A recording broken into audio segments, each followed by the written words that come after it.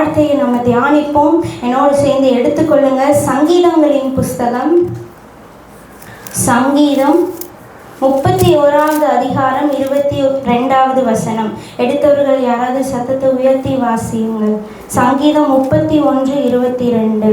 உம்முடைய கண்களுக்கு முன்பாக இராதபடிக்கு விட்டுண்டேன் என்று நான் என் மனக்கலக்கத்தினாலே சொன்னேன். ஆனாலும் நான் உம்மை நோக்கி கூப்பிட்ட போது என் விண்ணப்பங்களின் சத்தத்தை கேட்டீர். ஆமென். ஒரு விஷயம் கண்களை மூடி தலைகளை தாழ்த்தி ஜெபிப்போம். அன்பின் பரலோக பிதாவே, கர்த்தாவே, இந்த உபவாச ஜெபத்தில் உங்கள் பாதத்துக்கு நாங்கள் வந்திருக்கிறோம், உங்கள் சமூகத்துக்கு நாங்கள் வந்திருக்கிறோம். எங்களோடு கூட கர்த்தர் பேசுங்க.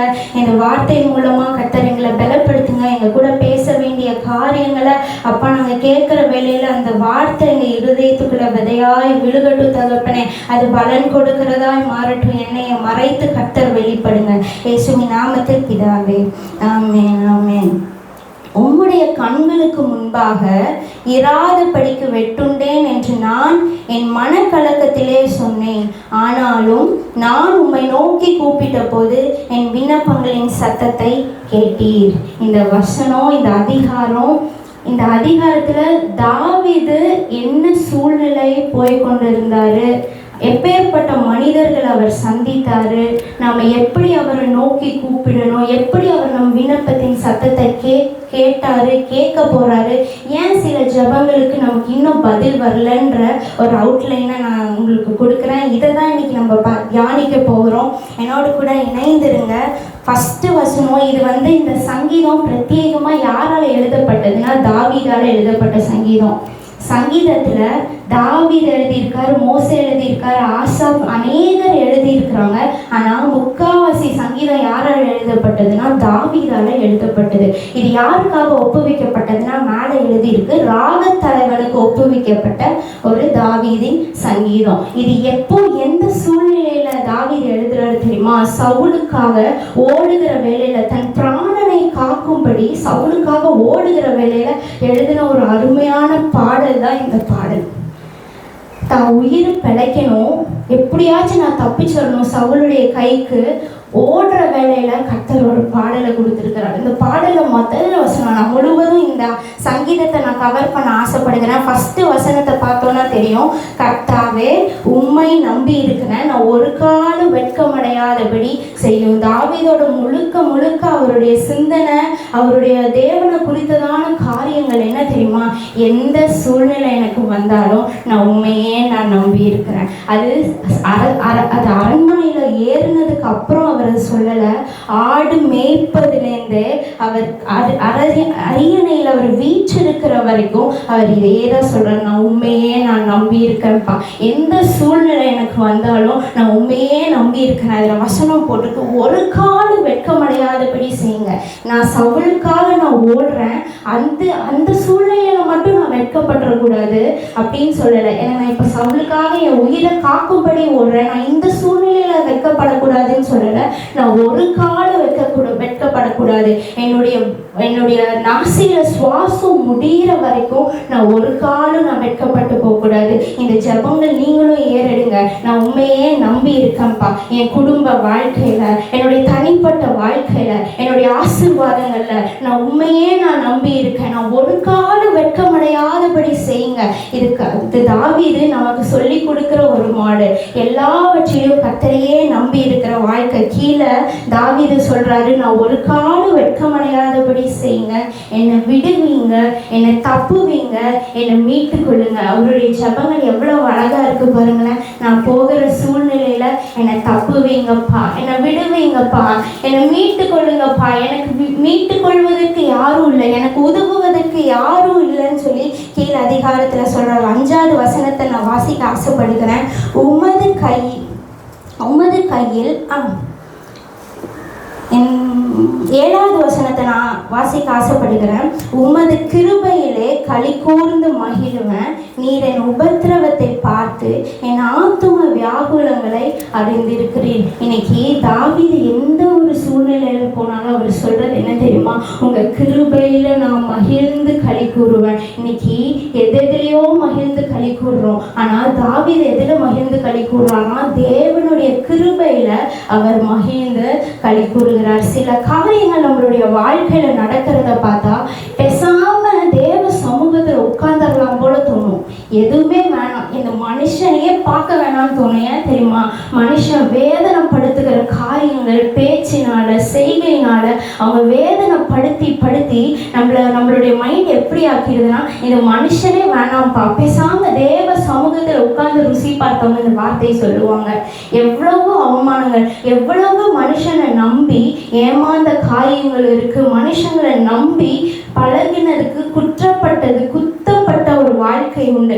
ஆனா எவ்வளவுதான் தேவ சமூகத்துல உட்கார்ந்தவங்க பாருங்க சொல்லுவாங்க, இந்த மனுஷனே வேணாம்ப்பா, நான் தேவ சமூகத்துல உட்கார்றேன். இந்த வாலிப பிள்ளைகளுக்கெல்லாம் 3 நாள் கேம்ப் ஏஜி ஸ்தாபனத்துல வைப்பாங்க. போகும்போது சந்தோஷமா போவாங்க.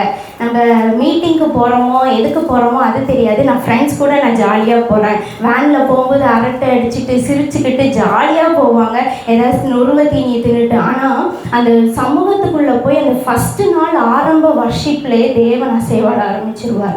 அந்த ஆரம்ப ஜபத்துலேருந்து ஒவ்வொரு செஷன்லேயும் ஒவ்வொரு மெசேஜை கர்த்தர் கொடுக்க அந்த 3ஆவது நாள் நிறைவாய் வீட்டுக்கு போகும்போது அந்த பிள்ளைகள் சொல்லுங்கள், சரி இன்னும் ஒரு 2 நாள் இருந்திருக்க கூடாதா, இன்னும் ஒரு 2 நாள் இருந்ததுன்னா நல்லா இருந்திருக்குமே. அப்படின்னா என்ன? தேவ சமூகத்தில் அவங்க களி கூர்ந்திருக்கிறாங்க. இன்னைக்கு உங்களுக்கு என்ன பிரச்சனைகள், என்ன காரியங்கள் உங்களுடைய மனதில் குழம்பி கொண்டு இருக்கீங்களோ தேவனுடைய சமூகத்தில் களி கூறுங்க. தாவீது அதான் சொல்றா, உமது கிருபையில நான் என்ன பண்றேன்? களி கூறுகிறேன். அதுக்கு கீழே அழகா சொல்றாரு, நீர் என் உபத்திரவத்தை பார்த்து என் ஆத்தும வியாகுலங்களை என்ன பண்ணியிருக்கிறாராம்? அறிந்து இருக்கிறார். இந்த உபத்திரவங்களை உங்க மனுஷங்களோ உங்க சொந்தக்காரங்களோ உங்க கணவனோ உங்க மனைவியோ உங்க பிள்ளைகளோ உபத்திரவத்தை பார்ப்பாங்க. ஆனா நீங்க படுகிற உபத்திரவத்துடைய வேதனை அவங்களுக்கு தெரியாது. கீழே வசனம் போட்டிருக்கு, ஆத்தும வியாகுலங்களை அறிந்திருக்கிறாராம். கர்த்தர் ஒருவர் மாத்திரம்தான் உங்களை அறிய முடியும். தேவ சமூகத்துல தாவீது உட்காருவதில் அவர் எந்த காலத்திலையும் சோர்ந்து போவதில்லை. 10வது வசனம் விதமாக சொல்லுது, என் பிராணன் சஞ்சலத்தினாலும் என் வருஷங்கள் தவிப்பினாலும் கழிந்து போயிற்று. அப்போ அவருடைய உயிர் எப்படி போகுதான்? சஞ்சலத்தினால போகுது, கஷ்டப்பட்டு போகுது. வருஷங்கள் எப்படி போதான்? தவிப்பினால போதான். சிலருடைய வாழ்க்கையை பார்த்தா தெரியும், நான் போன வருஷம் பட்ட அதே கஷ்டம் எனக்கு இந்த வருஷம் இருக்குது. நான் போன வருஷம் நான் எதுக்கு கண்ணீர் வடித்து நான் ஜெபித்தனோ அது காரியம் எனக்கு இன்னும் நிறைவேறலை, இன்னும் எனக்கு நடந்து முடிக்கல. போன வருஷம் நான் இதுக்காக தான் கண்ணீரிட்டேன், ஏன் எனக்கு மட்டும் இந்த ஜெபங்கள் கேட்கப்பட மாட்டேங்குது? நான் வருஷம் ஃபுல்லாக நான் கஷ்டப்படணுமா? நான் வருஷம் ஃபுல்லாகவே நான் தவிக்கணுமா? தாவீது இதை பண்ணுறாரு. நான் என் வருஷம் தவிப்பினால போகுதான். இன்னைக்கு உங்கள் வருஷங்கள் தவிப்பினால கண்ணீரினால போகுதுன்னா, உங்கள் பிராணன் சஞ்சலத்தினால நீங்கள் இருக்கிறீங்கன்னா கர்த்தர் உங்களை கைவிடலை, கர்த்தர் உங்களை மறந்து போகலை. தாவீதை கர்த்தர் மறந்து போகலை. கீழே அவர் மனுஷங்க எப்படி அவருக்கு விரோதமாக மாறினாங்கன்னு கீழே வசனம் போட்டிருக்குது. அந்நியர் எப்படி மாறிட்டாங்களாம்? கீழே நிந்தையாக மாறிட்டாங்களாம். 11வது வசனம், என் அயலார்கள் நிந்தையா மாறிட்டாங்க, எனக்கு அறிமுகமானவங்க அருக்களிப்பாய் மாறிட்டாங்க. வீதியில நான் நடந்து போனேன்னா எல்லாரும் என்னை பார்த்து ஓடி போறாங்க. அது மாத்திரம் இல்லை, செத்தவனை போல நான் எல்லாராலும் நான் மறக்கப்பட்ட ஒரு சூழ்நிலை தாவீதுக்கு. இதெல்லாம் பார்த்து அவருடைய வாழ்க்கை எப்படி ஆயிட்டுன்னா உடைந்த பாத்திரத்தை போல ஆயிற்று. இதெல்லாம் ஒரு பாடலா பாடுகிறாரு. நான் எவ்வளோ எனக்கு அயலார், எனக்கு நெருங்கின அவர் ஒரு ராஜாவாக இருக்கிறாரு. அப்போ பக்கத்துல இருக்கிறவங்க கூட எப்படி இருக்கிறாங்கன்னா ஒரு நிந்தையா நினைக்கிறாங்களாம். இன்னைக்கு நம்மளை எல்லாரும் கவனிக்கிறாங்கன்னா ஆசீர்வாதம் தான், ஸ்தோத்திரம். ஆனா அநேகருடைய வாழ்க்கையில அவங்க இருப்பதே பிறருக்கு நிந்தையாக இருக்கும், பிறருக்கு அது கஷ்டமாக இருக்கும். இச்சோ இவனா அப்படின்னு அவங்களுக்கு கஷ்டப்படுவாங்க. அறிமுகமானவங்க அருக்களிப்பாய் மாறி போவாங்க. நீங்க இன்னைக்கு தெருவில் நடந்து போனீங்கன்னா ஒரு காலத்துல உங்களை பார்த்து பேசினவங்க உங்களை பார்த்து ஓடி போகிற ஒரு நாட்கள் சில நேரம் வந்ததுன்னா தாவீதுக்கு அப்பேற்பட்ட சூழ்நிலை வந்தது. அவர் தெருவில் நடந்து போகும்போது அவரை கண்டு ஓடி போகிறாங்களாம். அவர் செத்தவனை போல எல்லாராலும் மறக்கப்பட்ட ஒரு மனுஷன் மனுஷன் இறந்து போனால் அவன் மிஞ்சி போனால் ஒரு வருஷம் நம்மளால் நல்லா ஞாபகம் வச்சு ரொம்ப கஷ்டப்படுவோம். அதுக்கப்புறம் நம்மளுடைய சிந்தனைகள் மறந்து போகும். தாவீதுக்கும் அந்த காரியம் இருந்து ஒரு செத்தவனை போல மறந்து போனேன். அதனால தான் 22வது வசனம் சொல்றாரு, நம்ம இப்போ வாசிச்ச வசனம், உங்களுடைய கண்களுக்கு முன்பாக இராதபடிக்கு நான் வெட்டுண்டேன். எனக்கு இவ்வளோ காரியம் நடக்குது. அதனால தான் அவருக்கு இந்த வார்த்தை வெளியே வருது. ஜனங்க என்னை மறந்துட்டாங்க, எனக்கு இப்பேற்பட்ட ஒரு சூழ்நிலை, உங்க கண்களுக்கு முன்பாக நான் இல்லாதபடி வெட்டுண்டேன்னா என்ன அர்த்தம் தெரியுமா? கண்களுக்கு முன்பாக இல்லாதபடி வெட்டுண்டேன். ஆங்கிலத்தில் வெட்டுண்டேன்ற வார்த்தைக்கு கட் ஆஃப் அப்படின்னு போட்டிருக்கு. இப்போ ஒரு மரம் இருக்குன்னா அந்த மரத்துலேருந்து கிளையை வெட்டி போட்டால் அந்த மரத்துக்கும் அந்த கிளைக்கும் எந்த சம்மந்தமுமே இல்லை. அந்த மரம் திரும்பி துளிர்க்குமா? துளிர்க்காது. தாவீதுக்கு இப்பேற்பட்ட நிலைமை நடக்க தேவனுடைய சமூகத்திலேருந்து என்னை தள்ளிட்டாரோ, அவருடைய கண்ணுக்கு நான் தெரியாம போயிட்டனோ, என்னுடைய வாழ்க்கை தெரியாம போயிட்டோ, நான் சவுலுக்காக நான் ஓடுறேனே, ஏசு கத்தருக்கு இது தெரியலையா அப்படின்றது தாவீதுடைய சிந்தனை. அது கீழே போட்டிருக்கு, மன கலக்கத்தில் சொன்னாராம். மன கலக்கத்துலன்னா என்ன? பயத்தில் வருகிற கலக்கம். இன்னைக்கு நமக்கும் சில நேரம் பயத்தில் கலங்கி போய் நம்மளுடைய வாழ்க்கை திருப்பி போட்டது போல இருக்கு. எந்த ஆசீர்வாதமும் இல்லை, நான் ரொம்ப கஷ்டப்படுறேன், என் குடும்பம் கஷ்டப்படுதுன்னு சொல்ற வேலையில நான் தேவனுடைய கண்களுக்கு நான் இல்லையா? நான் போகிற பாதை தேவனுக்கு தெரியலையா? நான் போய் கொண்டு இருக்கிற இந்த கஷ்டம் தேவனுக்கு புரியலையா? இல்லை தேவன் என்னை மறந்துட்டாரா? இப்போ எப்படி ஒரு செத்தவனை போல தாவீது மறக்கப்பட்டாரோ அதே போல என்னை எல்லாரும் மறந்து போன சூழ்நிலையிலும் கர்த்தரும் என்னை மறந்து போயிட்டாரா? இஸ்ரேலும் இதே வார்த்தை தான் சொல்றான், தேவன் என்னை மறந்தார் அப்படின்னு இஸ்ரவேல் ஜனங்க சொல்லும் போது கர்த்தர் சொல்றாரு, ஸ்திரீயானவள் தப்பிள்ளைய மறக்க முடியுமா? அவள் கூட மறக்கலாம், ஆனா நான் உன்னை மறக்க மாட்டேன்னு கர்த்தர் சொல்றாரு. அப்போ இஸ்ரேல் ஜனங்களை கர்த்தர் மறப்பதில்லை. இன்னைக்கு உங்களையும் என்னையும் நீங்க போய் கொண்டு இருக்கிற பாதையை அவர் பார்த்துட்டு தான் இருக்கார். சில நேரம் தாவீது போல நம்ம மன கலக்கத்துல பேசுவோம், தாவீது போல சில நேரம் பயத்துல நம்ம பேசுவோம், பயத்தின் கலக்கத்து நிமித்தம் பேசுவோம். தாவீத கர்த்தர் கைவிடல, தாவீத வெட்டுண்டவனாய் தாவீத விடல தேவன். கீழே வசனம் போட்டிருக்கு, அவர் விண்ணப்பத்தின் சத்தத்தை கேட்டாராம். பார்க்க அமைதியா இருந்தது போல இருந்தது. சவுலுக்காக தன் பிராணனை காக்கும்படி ஓடுன அந்த தாவீதுக்கு கர்த்தர் எப்படி இருந்தாராம்? விண்ணப்பத்தின் சத்தத்தை கேட்டவராக இருந்தாராம். இன்னைக்கு நம்மளுடைய வாழ்க்கையில ஒருவேளை நீங்க வெட்டுண்டவர்கள் போல இருக்கீங்களா? கர்த்தர் என் கூட இல்லை, கர்த்தர் என்னை பார்க்கல ஒருவேளை சொல்லுவீங்கன்னா கர்த்தர் உங்க விண்ணப்பத்தின் சத்தத்தை கேட்பார். அமைதியா இருக்கிறது போல தெரியும், காரியம் எதுவும் நடக்காத மாதிரி தெரியும், காரியம் அமைதியா போயிட்டு இருக்க மாதிரி இருக்கும். நான் செபிக்கிறேன், நான் வேத வாசிக்கிறேன், நான் கர்த்தருடைய சமூகத்துல உட்கார்ந்துருக்கேன், நான் கர்த்தரை தான் நான் நம்பி இருக்கிறேன், ஆனா என் வாழ்க்கையில இன்னும் சரியா நடக்கல, நான் எதிர்பார்த்த காரியங்கள் நடக்கலன்னு ஒருவேளை சொல்லி நீங்க தவிப்பீர்களானா கர்த்தர் சொல்ற, நான் உன்னுடைய விண்ணப்பத்தின் சத்தத்தை நான் கேட்டேன், விண்ணப்பத்தின் சத்தத்தை நான் கேட்பேன்னு கர்த்தர் சொல்ற. பார்க்க அமைதியா இருக்கும், தைரியமா இருங்க. இந்த நேரத்துல தான் நம்ம தைரியமா இருக்கணும். சில நேரம் இந்த நேரத்துல தான் நம்ம மறுதளிச்சிருவோம், இந்த நேரத்துல தான் நம்ம முறுமுறுத்துருவோம். இந்த நேரத்துல அநேகர் இயேசுவை விட்டு பிற மதத்துக்கு மாறினது உண்டு. நான் எவ்வளவோ கஷ்டப்பட்டுட்டேன், இயேசு என்னை பார்த்ததில்லை, நான் வேற மதத்துக்கு நான் மாறிடுறேன். இல்லைங்க, இயேசுதான் உண்மையான தெய்வம். அவர் நமக்காக உயிரை கொடுத்து அவர் இன்னும் ஜீவனோடு இருக்கிறாருன்னா அவர் உங்களுடைய வாழ்க்கையை அவர் நிச்சயம் மாற்ற முடியும். சில நேரம் டைம் எடுக்கும். அந்த டைமை கர்த்தருக்கு நம்ம கொடுக்கிற வேலையில, காத்து இருக்கிற வேலையில கர்த்தர் நமக்காக காரியத்தை அவர் செய்ய போதுமானவராக இருக்கிறார். ஆனா சில பேருடைய வாழ்க்கையில பார்த்தீங்கன்னா நிஜமாலுமே வெட்டுண்டவர்களா இருப்பாங்க, தேவனுடைய கண்களுக்கு வெட்டுண்டவர்களாக இருப்பாங்க. ஏன் தெரியுமா? தன்னைத்தானே சாட்டிஸ்ஃபை பண்ணிப்பாங்க. நான் எப்போவோ நான் ரட்சிக்கப்பட்டுட்டேன், எப்போவோ நான் ஞானஸ்தானம் எடுத்துட்டேன், எப்போவோ நான் அந்நிய பாஷை நான் பேசிட்டேன். ஆனாலும் நான் ரட்சிக்கப்பட்டவங்களுடைய வீட்டில் என்ன ஓடும் தெரியுமா? சினிமா ஓடும். அது என்னது எதற்கு அறிகுறி? வெட்டுண்ட ஒரு வாழ்க்கை. ஏதோ ஒரு இப்போ இங்கே ஒரு ஸ்விட்ச் போர்டு இருக்குது, இந்த ஸ்விட்ச் போர்டில் அந்த அடாப்டர் சொருகி இருக்குது, அதுலேருந்து கீபோர்டுக்கு ஒரு ஒயர் போகுது. இப்போது அங்கே கரண்ட் சப்ளிகேஷன் இருக்குது, இதுலேயும் கரண்ட் என்ன பண்ணும்? வரும். அப்போது திடீர்னு இடையில ஒரு ஒயர் கட்டாக இருந்ததுன்னா என்ன ஆகும்? வருமா? வராது. இன்னைக்கு நம்மளுடைய வாழ்க்கை இப்படிதான் இருக்கு. நான் தேவனோடு கனெக்ட் ஆகிட்டேன், நான் ரசிக்கப்பட்டுட்டேன்றத அடாப்டரை அந்த ஸ்விட்ச் போர்டில் சொருகின மாதிரி தான் நமக்கும் கர்த்தருக்கும் எப்பவும் லிங்க் ஆகிட்டோம். ஆனாலும் ஒரு வெற்றுண்ட வாழ்க்கை. இன்னும் நம்மளுடைய வீட்டில் சீரியல் ஓடும். இதெல்லாம் என்னது?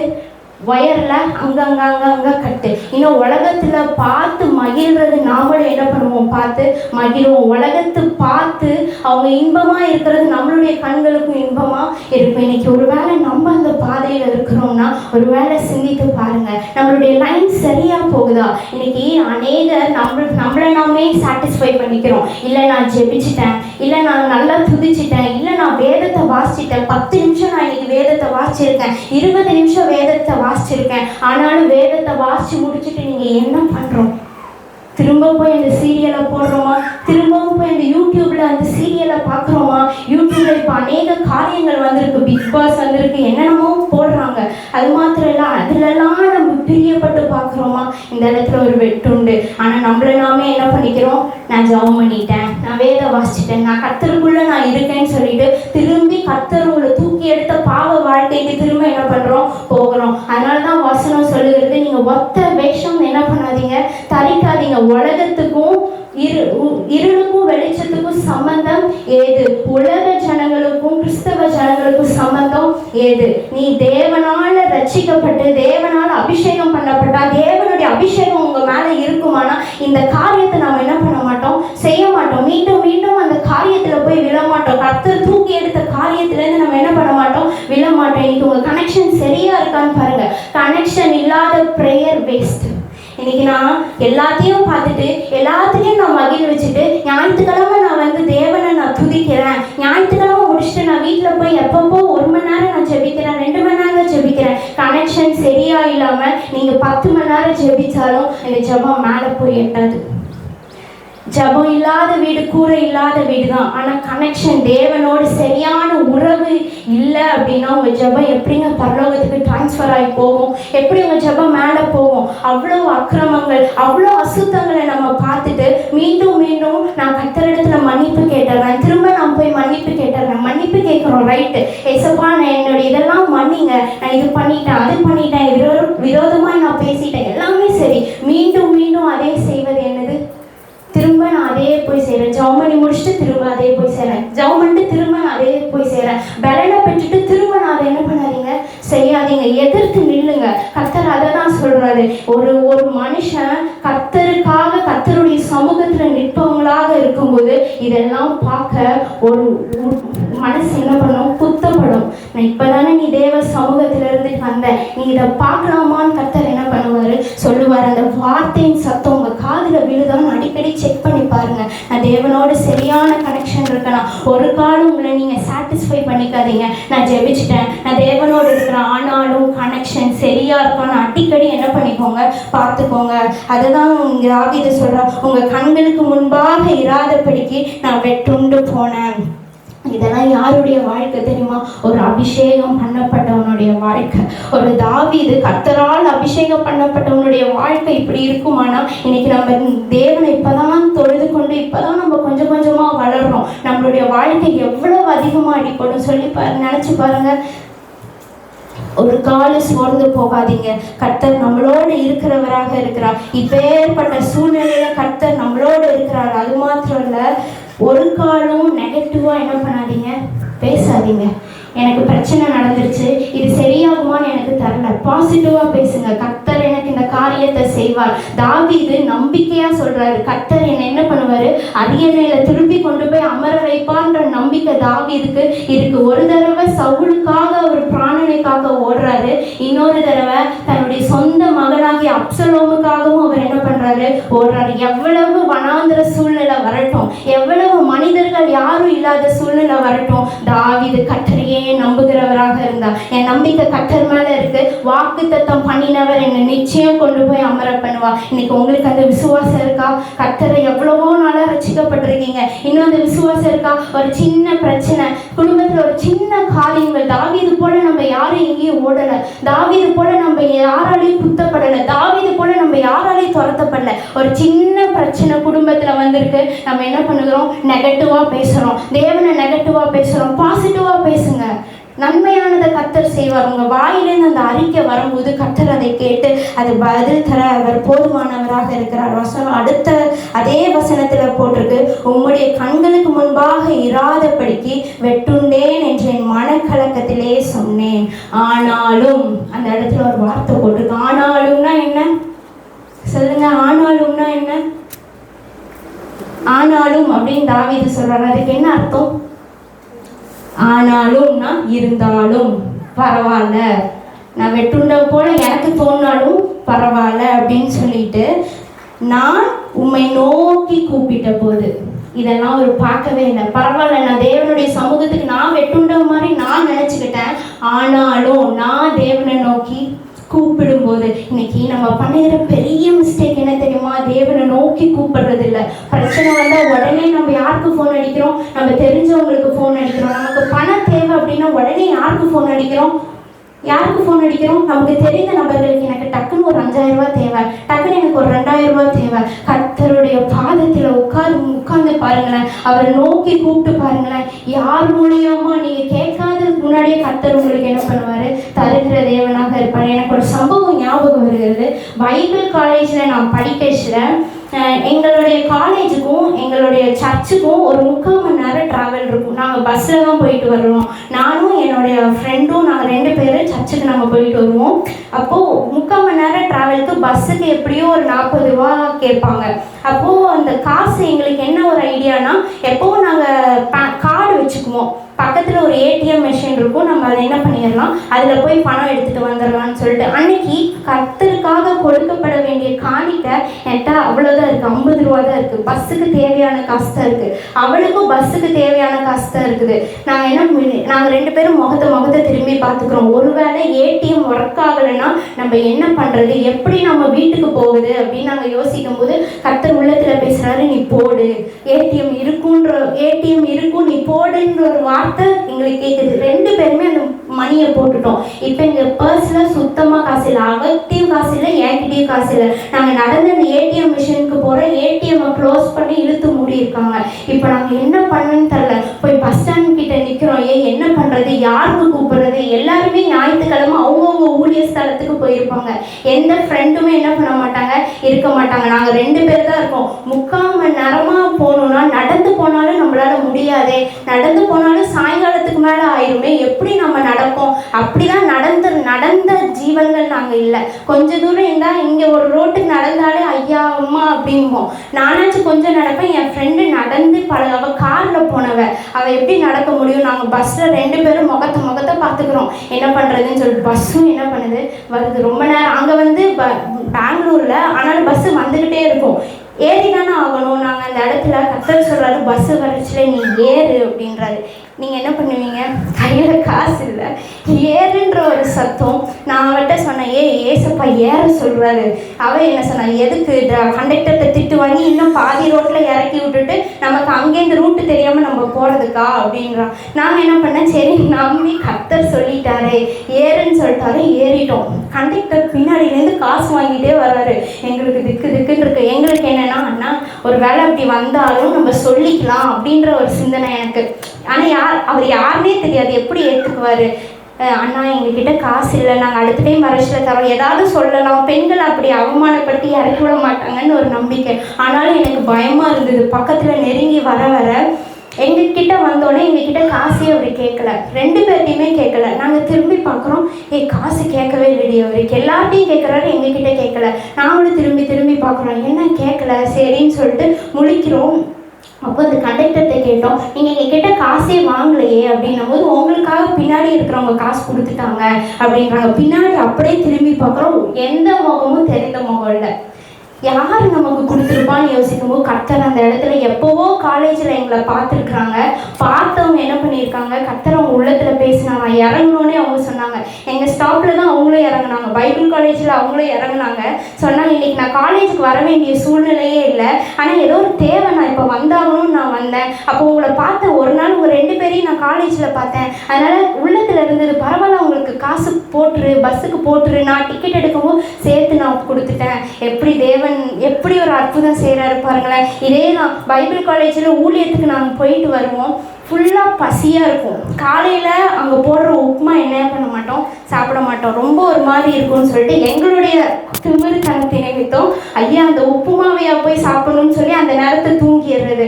அடுத்த நேரம் இந்த சின்ன பிள்ளைகளுக்கு செய்ய வேண்டிய அந்த டான்ஸ் ஸ்டெப் இதெல்லாம் கற்றுட்டு ரெடியாகி நாங்கள் போயிட்டு நம்ம வந்துடலாம், போய் சின்ன பிள்ளைகளுக்கு சண்டே கிளாஸ்லாம் முடிச்சுட்டு வந்துடலான்னு சொல்லி நாங்கள் வரச்சில் ஹோட்டலில் சாப்பிட்டுக்கலான்ற ஐடியா எங்களுக்கு. வரோம், லேட் ஆயிடுச்சு. ஹோட்டலில் எங்களுக்கு 7 மணிக்குள்ளே உள்ளே இருக்கணும். மணியும் 7 கிட்ட ஆக போகுது. இனி ஹோட்டலில் போய் உட்காந்தா காலேஜில் கேட்பாங்க எங்கே போனீங்க, ஏன் லேட்டுன்னு கேட்பாங்க. சரி நாங்கள் வந்தோம். காலேஜில் மெஸ்ஸில் முடிஞ்சிருச்சு சாப்பாடு, எல்லாருமே எடுத்து சாப்பிட்டுட்டாங்க. எங்களுக்கு என்ன பண்ணேன்னு தெரில. அந்த நேரத்தில் கையிலையும் எங்ககிட்ட காசு இல்லை. அநேக நேரம் பைபிள் காலேஜ், நான் படித்த காலேஜ் விலை உயர்ந்த காலேஜ், 1.5 லட்சம் ஸ்டடீஸ்க்கு. ஆனால் என் கையில் காசே இருக்காது. முக்கால்வாசி நேரம் சாப்பாட்டுக்கு கூட நான் திணறுவேன். அப்போது நான் அப்பேற்பட்ட ஒரு சூழ்நிலையில் ரொம்ப பசி. 9:30 மணி ஆயிடுச்சு. பசியான பசி. நான் ஏசப்பா கிட்ட சொல்கிறேன், ஏசப்பா நான் இன்னைக்கு காலையில் நீங்கள் உப்புமா கொடுத்தீங்க, நான் சாப்பிடாம விட்டுட்டேன் ஏசப்பா, என்னுடைய வாய் ருசிக்கோசரம் நான் சாப்பிடாம விட்டுட்டேன் அப்படின்னு சொல்லும்போது கர்த்தர் அப்படியே படுத்துட்டேன். சரி நம்ம காலையில் எழுந்திரிச்சோன்னே ஏதாவது கொடுப்பாங்க, நம்ம சாப்பிட்டுக்கலாம்னு சொல்லிட்டு 10 மணிக்கு ஒரு டோர் நாக் ஆகுது. டோர் தட்டி ஒரு அக்கா, என்னோடய ஃப்ரெண்டோட அக்கா, அங்கேருந்து வெகு தூரமாக ட்ராவல் ஆகி பணியாரம், இட்லி, கறி குழம்பு, மீன் குழம்பு எல்லாம் கொண்டு வந்திருக்காங்க. அவள் வந்து கூப்பிட்றா, வா சாப்பிடுவோம் வான்னு. அப்படியே உள்ளெல்லாம் மகிழ்ச்சியாக இருந்தது. தேவன் எப்படி நம்ம விண்ணப்பத்தை கேட்குறா. சின்ன சின்ன காரியம்தான். அவர் கூப்பிடுகிற வேலையில் பிள்ளை பட்டினியாக ஊழியத்துக்கு போயிட்டு வராளே, பிள்ளை பட்டினியா என்ன பண்ணல, அனுப்பல. என்னுடைய தேவாலயத்துக்கு போய் காணிக்க போட்டுட்டாலே தேவன் என்ன பண்ணல, பரவாயில்ல கடை அப்படின்னு சொல்லி விடலை. அந்த நேரத்திலே கர்த்தர் என்ன பண்ணுறாரு, உதவுகிற தேவனாக இருக்கிறார். அதனால ஒருபோதும் நீங்கள் தேவனை கூப்பிடுவதில் மறந்து போகாதீங்க. இன்னைக்கு நம்ம மறந்து போயிடுவோம். பிஸி வேர்ல்டில் கையில் ஃபோன் இருக்கிறதுல நாம் என்ன பண்ணிடுவோம், மறந்து போகாதீங்க. யாக்கோபு ஏசாவுக்கு எதிர்கொண்டு போகும்போது ஏசா பார்த்தா கொன்றுவான்னு யாருக்கு தெரியும், யாக்கோபுக்கு நல்லா தெரியும். போனால் ஃபஸ்ட்டு மர்டர் நம்ம தான் அப்படின்றது நல்லா தெரியும். ஆனாலும் போகிறதுக்கு முன்பாக கர்த்தரை நோக்கி கூப்பிட்டானா. யாக்கோபு போய் தனித்திருந்து தேவனை நோக்கி கூப்பிட்டானா. தேவன் காரியத்தை ஜெயமாக மாற்றி கொடுத்தார். தானியேலை யோசிச்சு பாருங்க, சிங்கங்களின் வாய்க்கு போட்டுருவோம்னு சொல்லிட்டாங்க, கட்டளை வந்துருச்சு.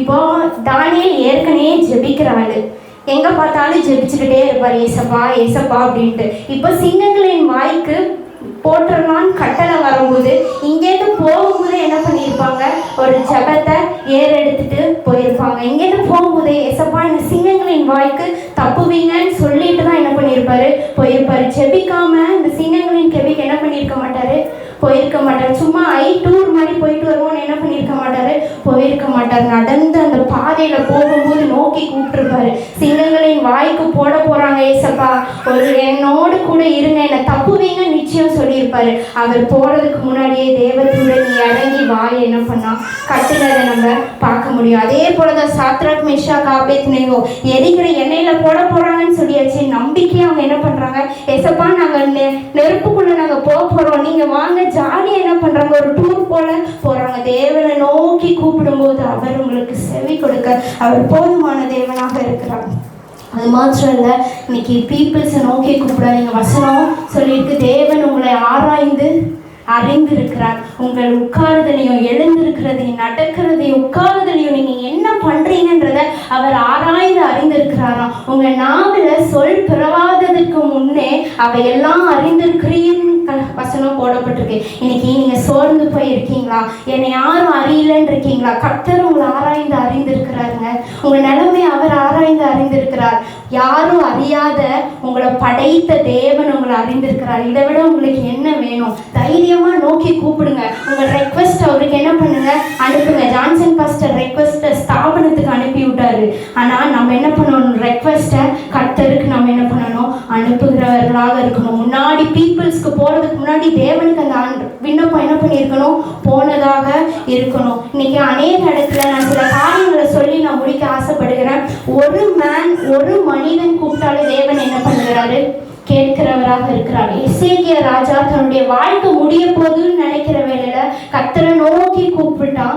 ஏசாயா தீர்க்கதரிசி சொல்றாரு, உன் நாட்கள் முடிய போதுன்னு தான் செவ்வற்புறமா திரும்பி தேவனை நோக்கி கூப்பிட்டானா. கர்த்தர் விண்ணப்பத்தின் சத்தத்தை கேட்டேன், உன் கண்ணீரை கண்டேன்னு எசேக்கியா ராஜாவை பார்த்து சொன்னாரு. அதே போல அவனுடைய ஆயுசு நாட்கள் 15 வருஷமா என்னாச்சு நீடித்ததை பார்க்க முடியுது. அது மாத்திரம் இல்ல, குரூப்பா கூப்பிட்டவங்களையும் தேவன் என்ன பண்றாரு கேட்கிறாரு. பார்வோன் ஒரு பக்கம் துரத்திட்டு வராங்க ஜனங்கள் அந்த இடத்துல தேவனை நோக்கி கூப்பிட்டாங்களாம்.